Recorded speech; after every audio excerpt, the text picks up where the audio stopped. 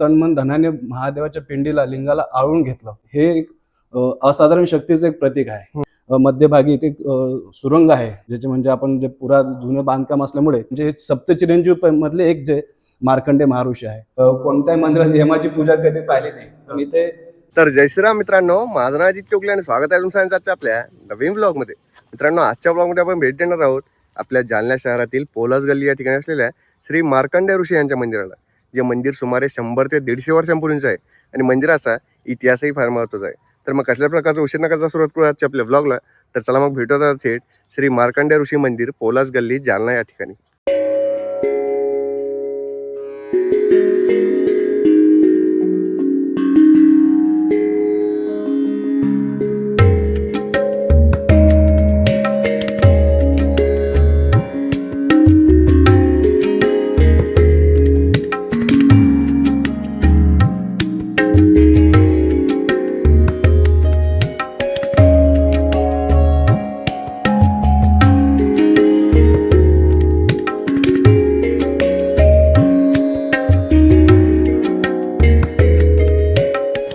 तर मित्रांनो, जसं की आता आपण आपल्या जालना शहरातील पोलास गल्ली या ठिकाणी असलेल्या श्री मार्कंडे मंदिर या ठिकाणी आलो आहोत. तर आता आपल्याला मंदिराची सविस्तर माहिती गुरुजी सांगतील. गुरुजी, मला पहिले आपला परिचय सांगा आणि त्यानंतर आपली. मी शुभम मुकुंदराव कुडवकर. मी ज्योतिष वास्तू करतो आणि मार्कंडे मंदिरामध्ये मी त्यांची दैनंदिन जी पूजा आहे किंवा जे हवन जे प्रतिवर्षिक सण आहे तर त्याचं मी इथे पूजा उत्सव साजरे करत असतो. अच्छा. हां, तर हे मंदिर जे आहे फार पुरातन आहे. तर मार्कंडे मंदिर हे पोलास गल्लीमध्ये नेहरू रोड जवळ जालन्यामध्ये आपण हे मंदिर विराजमान आहे. तर आपण ह्याची अधिक माहिती मला असं वाटतं आपण मध्ये बघायला. हे मंदिर साधारणतः म्हणजे कोणत्या काळातले, म्हणजे कधीच आहे? हे साधारण 1846 रोजी म्हणजे त्या वर्षामध्ये जी स्थापना झालेली आहे.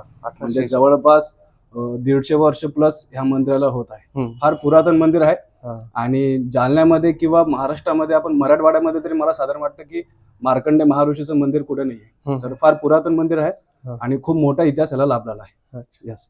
आपल्याला समोर झाड वगैरे हे सगळं जुनंच आहे का? हा, हे साधारण ह्या कल्पवृक्षाला नाही म्हणलं तरी 500 वर्ष पूर्ण होत असेल. 500 वर्ष. हा, आणि इथे विशेष म्हणजे हनुमानाचं पण मंदिर आहे. ह्याच्यामध्ये आहे की ह्याच्यामध्ये काय आहे की जसं दक्षिणमुखी आपण हनुमानाचं फार महत्व सांगितलेलं आहे. ही जी मूर्ती आहे ही दक्षिणमुखी हनुमानाची मूर्ती आहे. अच्छा. तर हनुमान हे शेंद्राचे हनुमान आहे आणि पिंपळाच्या वृक्षाखाली, पिंपळाला कल्पवृक्ष मानला गेलेला आहे. तर त्या कल्पवृक्षाच्या खाली हे हनुमानाचं मंदिर असणार. म्हणजे पिंपळ वृक्षाचा इतिहास असा आहे की गुरुचरित्र ग्रंथामध्ये पण पिंपळाच्या पूर्ण वृक्षामध्ये सर्व देवदेवता, नक्षत्र, ग्रहताऱ्यांचं विराजमान सांगितलेलं आहे, त्यांचं आधिपत्य आहे. आणि त्या कल्पवृक्षाखालीच हनुमानाचं मंदिर असणं हे एक असाधारण शक्तीचं एक प्रतीक आहे. म्हणजे इथे पूजन केल्यानंतर किंवा शक्तीची ज्यांना आराधना केली आहे, जसं हनुमानजी शक्तीचे देवत मानलेले आहे, तर त्यांची निश्चित शक्ती त्यांना प्राप्त होती आणि पिंपळाच्या वृक्षाने त्यांच्याही सर्व मनोकामना किंवा पितृदोष जो आहे हा सर्व निराकार होण्याची शक्ती ह्या पिंपळ कल्पवृक्षामध्ये आहे आणि हनुमानामध्ये आहे. अच्छा. यस. आणखी आपल्या मंदिराची समजा काय माहिती वगैरे सांगता येईल? जसं की हे मंदिर जे आहे, आपण मार्कंडे महर्षीचा ज्यावेळेस आपण इतिहास बघतो, मृकंद ऋषी आणि त्यांची आई मनस्वी यांचे हे चिरंजीव आहे. म्हणजे ज्यावेळेस ते बालक होते तर त्यांना वयाच्या 16 वर्षामध्ये त्यांना मृत्यू होईल असं त्यांना समजलं होतं. तर त्यांच्या भक्तीने म्हणजे त्यांना काय केलं की ज्यावेळेस आपल्याला एखादा आजार कळतो किंवा हे कळतो आपण घाबरून जातो, तर त्यावेळेस ते बालक स्वरूपामध्ये असताना त्यांना हे गोष्टी समजली.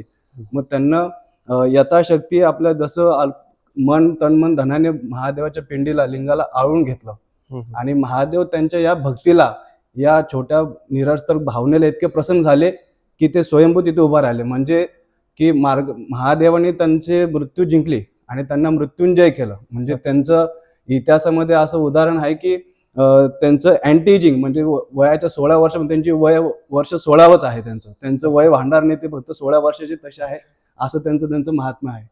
आणि जसं आपण बघायला गेलो की आपण भक्त जे आहे वेगवेगळ्या मंदिरात जातो देवाला प्राप्त करण्यासाठी, पण हे मंदिर किंवा हे जे मार्कंडे महर्षी असे देवता आहे की तिथे स्वयं देवता तिथे भक्तासाठी आलेले आहे. म्हणजे बाकीच्या मंदिरात भक्त जातात देवतेसाठी, पण इथे स्वतः देवता भक्ताच्या रक्षणासाठी आलेला आहे. म्हणजे मार्कंडे महर्षींचं जे पूजन अर्चन करतात तर बिलकुल त्यांना आरोग्य, म्हणजे हे सप्तचिरंजीव मधले एक जे मार्कंडे महर्षी आहे.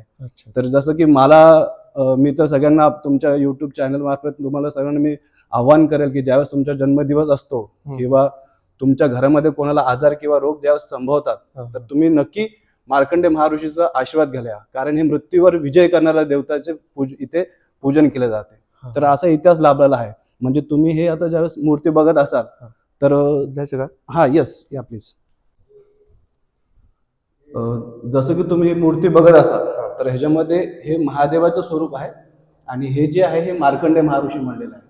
त्यांना म्हणजे ही मूर्ती जशी आहे ही तुम्हाला व्यवस्थित दिसेल की ह्यांना महादेवाला असं आवळून पकडलेलं आहे. आणि समोर कोण आहे तर हे यम देवता आहे. म्हणजे साधारण आपण कोणत्याही मंदिरात यमाची पूजा कधी पाहिली नाही, पण इथे यम समोर आहे आणि मार्कंडे महर्षींनी महादेवाला आवडून महादेवाने त्यांना प्रसन्न होऊन त्यांना आशीर्वाद, अमराचा आशीर्वाद त्यांना दिलेला आहे. ही अशी मूर्ती इथे दोन्ही मूर्ती आहे.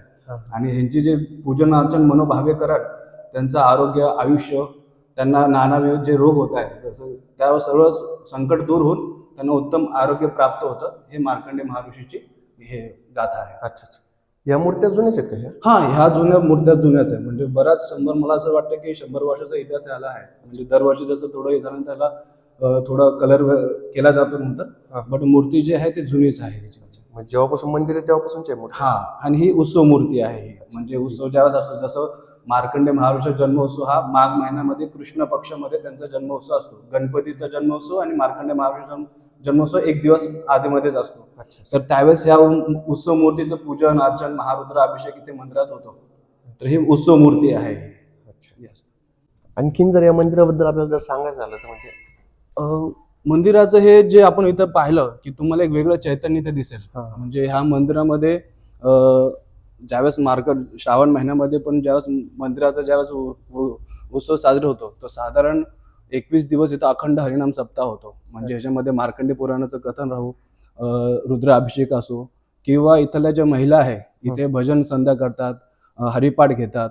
तर ह्या मंदिरामधले म्हणजे तिन्ही लोक, ज्येष्ठ नागरिक पण ह्या मंदिराची काळजी म्हणजे वेगवेगळे नियोजन करून काही ना काही सेवा देतात.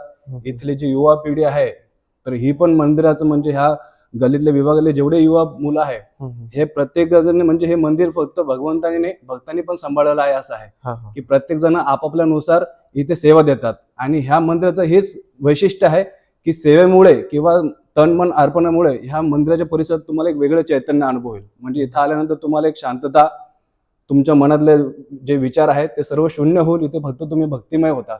हे मंदिराचा इतिहास आहे. इथे पुरातन काही सांगतात की मध्यभागी इथे सुरंग आहे की ज्याचे म्हणजे आपण जे जुनं बांधकाम असल्यामुळे ह्याच्यात विशेष माहिती आपल्याला काही भेटली नाही. बट परंतु हे जे आर्किटेक्चर आहे किंवा हे लाकडाचं जे आहे तर इथे प्रसन्नता त्याचे भरपूर आहे. यस. नंतर इथं आपलं समोर मंदिर बघितलं, इथं महादेवांचं मंदिर बघितलं. हा, हे इथे शिवलिंग जे आहे हे ओंकारेश्वर शिवलिंग आहे. म्हणजे ओंकार शिवरून इथून आपण आणलेले हे लिंग आहे. तर इथले जे भक्ती मंडळी आहे त्यांना मोठ्या उत्साहामध्ये हे स्थापन इथे महादेवाची स्थापना केलेली आहे. इथे दर सोमवारी किंवा महाशिवरात्रीला इथे सर्व जे युवा वर्ग आहे म्हणजे हे मार्कंडे युवा मंडळ जे आहे ते असो किंवा इथले महिला मंडळी असो, हे तन्मन धनाने ह्या शिवलिंगाची पूजा करतात. तर ही ओंकारेश्वरची मूर्ती पण आता स्थापना इथे झालेली आहे. आणि ह्याच्या व्यतिरिक्त मार्कंडे महर्षीचा इतिहास सांगायचा असला की ते वयाच्या 16 वर्ष असल्यावर म्हणजे आपल्याकडे 18 पुराण आहे.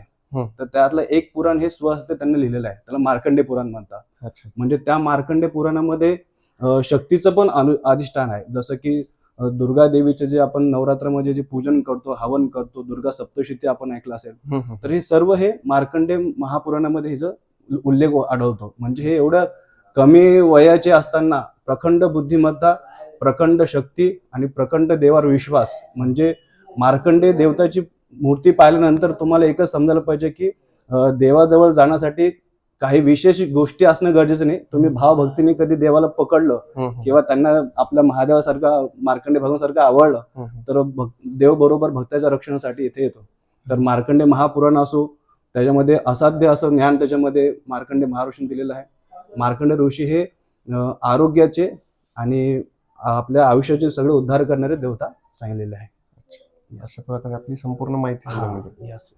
धन्यवाद. दिगंबरा. जसं की आपण ह्या मंदिराची आपण माहिती घेतली, पण ह्या मंदिराचं अजून वैशिष्ट्य जसं मी तुम्हाला सांगितलं की इथले जे युवान मुलं पण आहे ते पण मोठ्या भक्तिभावाने ह्या मंदिरात सेवा करतात. जसं की गणेश उत्सव जे आहे ते आपल्या लोकांना सर्व एकत्र करण्याचा उत्सव मानला गेलेला आहे. हा. तर इथे 1991च्या पहिल्यापासून गणपती स्थापना होते. म्हणजे अच्छा. गणपती महोत्सव आपण फक्त इथे बसवत नाही. सप्टेंबर महिन्यात जो गणपती उत्सव फक्त इथे गणपती स्थापना होत नसून ही जी युवा पिढी आहे ही जालन्याच्या लोकांसाठी खरं आदर्श आहे. हे वेगवेगळे जे सीन असतात जसं की बागेश्वर महाराजचं हे धाम असो किंवा मागच्या वेळेस सप्तशृंगी देवीचं असो किंवा हिंदू लोकांना एकात्मकता होण्यासाठी जे जे गोष्टी त्यांना मेसेज पुरवता येईल हे लोक सर्व प्रयत्न करतात. आणि इथले जे युवा मंडळी आहे असं नाही की बाबा ते बेरोजगार आहे किंवा काही नाही, सर्वजण काम करून रात्रीमध्ये उशिरापर्यंत म्हणजे सकाळपर्यंत हे सेवा देतात. डे नाईट मध्ये पूर्ण काम करून थर्मोकॉलचं असो किंवा आता तर थर्मोकॉल जशी बंद झाली परंतु हे निसर्गाला अनुसरून असं हे करून सीन करतात आणि जाण्यासाठी आदर्श असं नवीन दरवर्षी नवीन काही ना काही सीन त्याच्यामध्ये हे आणत असतात. तर ह्यांचं गणेश मंडळाचं पण कौतुक करावं तेवढं कमी आहे. खूप चांगले युवा वर्ग आहे ते. इथं देवीचं पण असो किंवा गणेशजीचं असो स्थापना होते आणि फार उत्सवामध्ये ह्या मंदिरामध्ये याची सोहळा साजरा केला जातो. तर मित्रांनो, अशा प्रकारे आपण श्री मार्कंडेय मंदिर पोलास गल्ली जालना या ठिकाणची सविस्तर माहिती घेतली. तुम्हाला ही माहिती कशी वाटली हे आम्हाला कमेंट बॉक्समध्ये नक्की कळवा. बाकी आपल्याला माहिती देण्यामध्ये सहकार्य केल्याबद्दल मंदिराच्या सर्व सेवेकरी मंडळांचे मनपूर्वक आभार. ब्लॉगला शेवटपर्यंत पाहण्यासाठी तुमचे खूप खूप धन्यवाद. ब्लॉगला लाईक करा, शेअर करा, चॅनलला सबस्क्राईब करा आणि बेल आयकन दाबायला विसरू नका. तर चला मग भेटूत आपल्या पुढच्या ब्लॉगमध्ये. तोपर्यंत श्री मार्कंडेय ऋषी महाराज की जय.